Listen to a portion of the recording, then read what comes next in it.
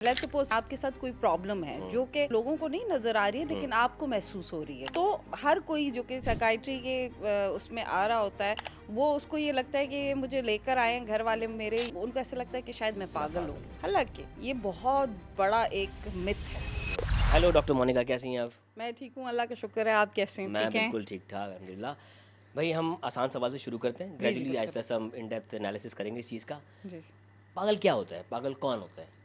देखिए, हमारे यहाँ क्या है कि साइकाइट्री में हर कोई जो कि साइकाइट्रिक ओपीडी में एंटर होता है उसको लोग पागल रेफर कर देते हैं, या लोग खुद भी अज्यूम कर लेते हैं कि हाँ शायद मैं साइकाइट्रिस्ट के पास जा रहा हूँ या साइकोलॉजिकल हेल्प के लिए जा रहा हूँ तो मैं शायद पागल ये हूँगा। तो बहुत लास्ट आप जाके बता रही हैं। हमारे पे तो जो ओवर थिंकर है उसको हाँ भी पागल कह देते हैं, हाँ जो चीज़ों को बहुत सीरियसली ले रहा होता है उसको भी पागल कह देते बिल्कुल हैं, जो खुद जी कलामी कर रहा होता है वो भी पागल होता है। बिल्कुल। मतलब एनीवन जिसको साइकाइट्रिक या साइकोलॉजिकल हेल्प की नीड है उसको लोग पागल डिफाइन कर देते हैं या लेबल कर देते हैं। और अगर लोग नहीं भी करते हैं, let's suppose something is going in your self, like आप ओवर थिंक कर रहे हैं, ठीक है, या बहुत सोच रहे हैं, आपके साथ कोई प्रॉब्लम है जो कि एज सच लोगों को नहीं नजर आ रही है लेकिन आपको महसूस हो रही है, ठीक है, तो आपको पता है कि आपको साइकाइट्रिक हेल्प की ज़रूरत है। ऐसी बहुत सारी इलनेसेस हैं, 90% इलनेसेस जो होती है ना साइकाइट्री की, उसमें आपको पता होता है कि आपको ज़रूरत है साइकाइट्रिक हेल्प की, ठीक है। ओके, यस, तो ये भी लोग उस स्टिग्मा से बचने के लिए नहीं इनिशिएटिव ले जी रहे होते हैं? बिल्कुल। ओके। और लोग जो है साला साल सिवियर एंजाइटी, सिवियर डिप्रेशन को बर्दाश्त कर कर कर कर कर कर कर फिर वो एक पॉइंट आता है जब वो बिल्कुल जैसे नहीं थक जाते हैं, या थ्रेशोल्ड फिर पॉइंट क्रॉस हो जाता है उनका। हाँ, या फिर वो जो उनके सिम्टम्स होते हैं वो दूसरे लोग महसूस करना शुरू कर देते हैं, या फिर वो ऑक्यूपेशनली डिसफंक्शनल होना शुरू हो जाते हैं, या कोई भी इस तरह का प्रॉब्लम जब तक शुरू नहीं हो जाता, जब तक वो सिवियरिटी पे नहीं पहुंच जाता, लोग साइकाइट्रिक हेल्प के लिए या साइकोलॉजिकल हेल्प के लिए नहीं आते।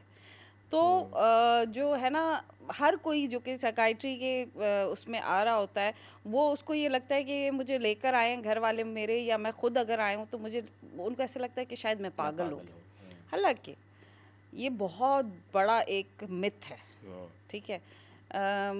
साइकाइट्री में जो हमारे पास साइकाइट्रिक इलनेसेस होती हैं उसमें 90% इलनेसेस न्यूरोटिक होती हैं। न्यूरोटिक का ओके। मतलब ये है कि जिसमें chemical imbalance of chemical brain. Imbalance तो सब में होता है, ओके। लेकिन न्यूरोटिक का मतलब ये है कि जिसमें जो सिम्टम्स होते हैं वो मरीज को खुद पता होते हैं कि मेरे साथ ये हो रहा है, ओके। उसको अवेयरनेस होती है, वो आपके और मेरे जैसा होता है, नॉर्मल आदमी होता है, ठीक है। ठीक है। एट एनी पॉइंट उसको हर चीज़ की, दुनिया जहान की सब चीज़ की पता होती है कि भाई हाँ क्या सही है क्या गलत है, रात है दिन है, या वो अपने senses में राइट, होता है। अपने सेंस, राइट रॉन्ग एवरीथिंग, लेकिन उसको सिम्टम्स होते हैं, ठीक है। लाइक ठीक है। डिप्रेशन है तो डिप्रेशन में जो सिम्टम्स होंगे, लो मूड हो रहा है, उदासी है, किसी चीज़ में दिल नहीं लग रहा, मज़ा नहीं आ रहा, लेकिन उसका ये तो मकसद नहीं है कि वो पागल है, ठीक है।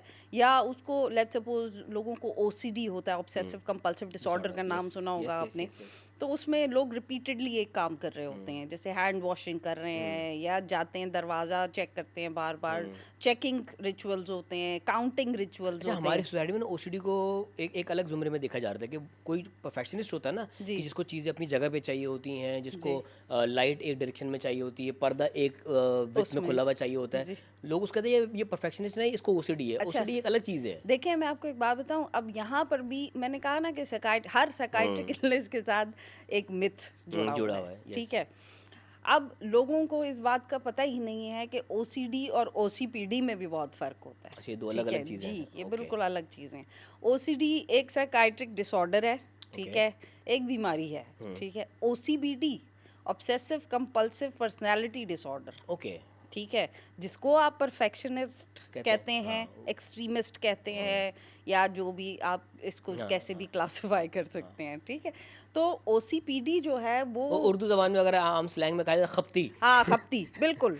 और ओसीपीडी जो होता है, हालांकि वो भी एक किस्म, एक पॉइंट पे आके वो भी एक साइकाइट्रिक इलनेस ही होती है, क्योंकि लोग फिर इतने परफेक्शनिस्ट होते हैं कि उनके जो इर्द गिर्द के लोग होते हैं वो उनसे परेशान है तो होना शुरू हो डिसऑर्डर ही जाते ना। हैं, बिल्कुल डिसऑर्डर, लेकिन दैट्स अ पर्सनालिटी डिसऑर्डर, ठीक है। ओसीडी एक आदमी है जिसको किसी चीज़ का खपत नहीं है, कुछ नहीं है, ठीक है, वो नॉर्मल चल रहा है, एवरीथिंग इज गुड, लेकिन due to some stressors anxiety हो सकती है, ठीक है। ओसीडी के पीछे प्राइमरीली एंजाइटी होती है, ठीक है।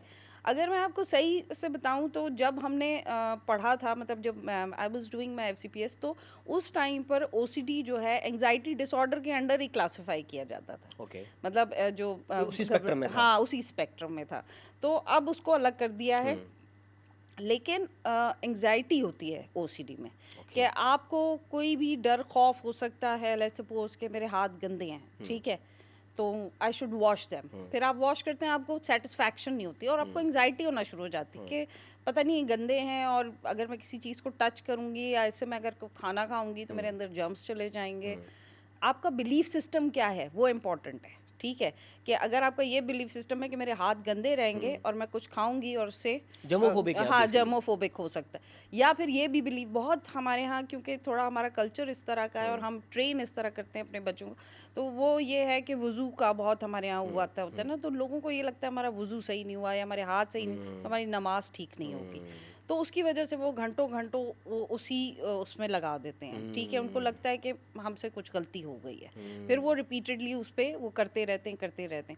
इसी तरह फिर किसी कंफ्यूजन का शिकार होते हैं वो। कंफ्यूजन भी नहीं होती, एक बिलीफ सिस्टम होता है जो कि वो रिपीटेड एक्शंस को वो कर रहा होता है, ठीक है। सेटिस्फैक्शन नहीं आपको आ रही होती कि अगर आपने हाथ धो लिया तो 1 मिनट के लिए तो सेटिस्फाई आप हो जाएंगे, फिर एक विशियस सा सर्कल होगा, फिर दोबारा से आपको परेशानी के नहीं शायद ये वाली उंगली रह गई, शायद ये नाखून सही साफ नहीं हुआ। कोविड के दिनों में आम इंसान भी इस फेज से गुजर रहा था। अच्छा, कोविड के बाद ये बहुत ज़्यादा बढ़ गया। अच्छा, क्योंकि वहाँ पे रिपीटेड हैंड वॉशिंग, फिर लोगों को एंजाइटी कि कहीं से हमें कोई इन्फेक्शन ना, हम केटर कर लें, उधर से इन्फेक्शन ना मिल जाए, हाथ में कोई इन्फेक्शन तो नहीं है, हर चीज़ को सैनिटाइज करना, तो उसमें बहुत ज़्यादा प्रॉब्लम हुआ लोगों को। उसके बाद हमने ओसीडी बहुत ज़्यादा देखा। कोविड ने हमारी मेंटल हेल्थ के साथ बहुत बड़ा गैम्बल किया है, बहुत ज़्यादा।